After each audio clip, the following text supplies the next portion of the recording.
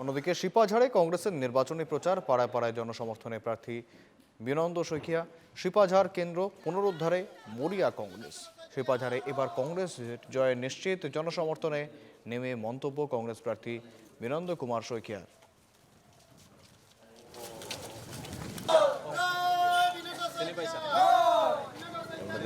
শিপাঝাড়ে কংগ্রেসের নির্বাচনী প্রচার পাড়ায় পাড়ায় জনসমর্থনে প্রার্থী বিনন্দ শইকিয়া।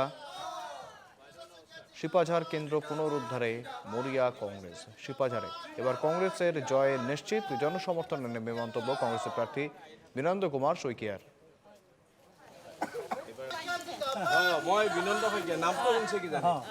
অতি আমি আনন্দিত হৈছোঁ এই কাৰণে যে আমি ভোৰাগড় গাঁও পঞ্চায়ত আমি কমলাঘাটৰ পৰা আমি খোজকাঢ়ি এটা যাত্ৰা আৰম্ভ কৰিছিলোঁ।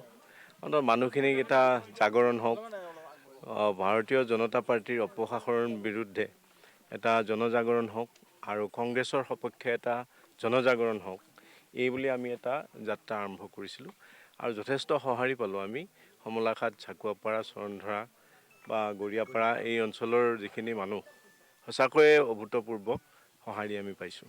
ফলাফলটো ভাল হ'বই, আমি এই ক্ষেত্ৰত নিশ্চিত। শিপাঝাৰ বিধানসভা সমষ্টিত এইবাৰ কংগ্ৰেছৰ বিজয় ধ্বজা উৰিব আৰু বিশেষকৈ ব্যক্তিগতভাৱে মই মানুহৰ লগত যি সম্পৰ্কত আছোঁ, বিনন্দ শইকীয়া হিচাপেও মোৰ এটা সুকীয়া সম্পৰ্ক আছে। আমাৰ দলৰো সাংগঠনিক ভেটি এতিয়া মজবুত হৈছে। সকলোবিলাক মিলি এইবাৰ কংগ্ৰেছৰ জয় নিশ্চিত বুলি আমি ক'ব পাৰোঁ।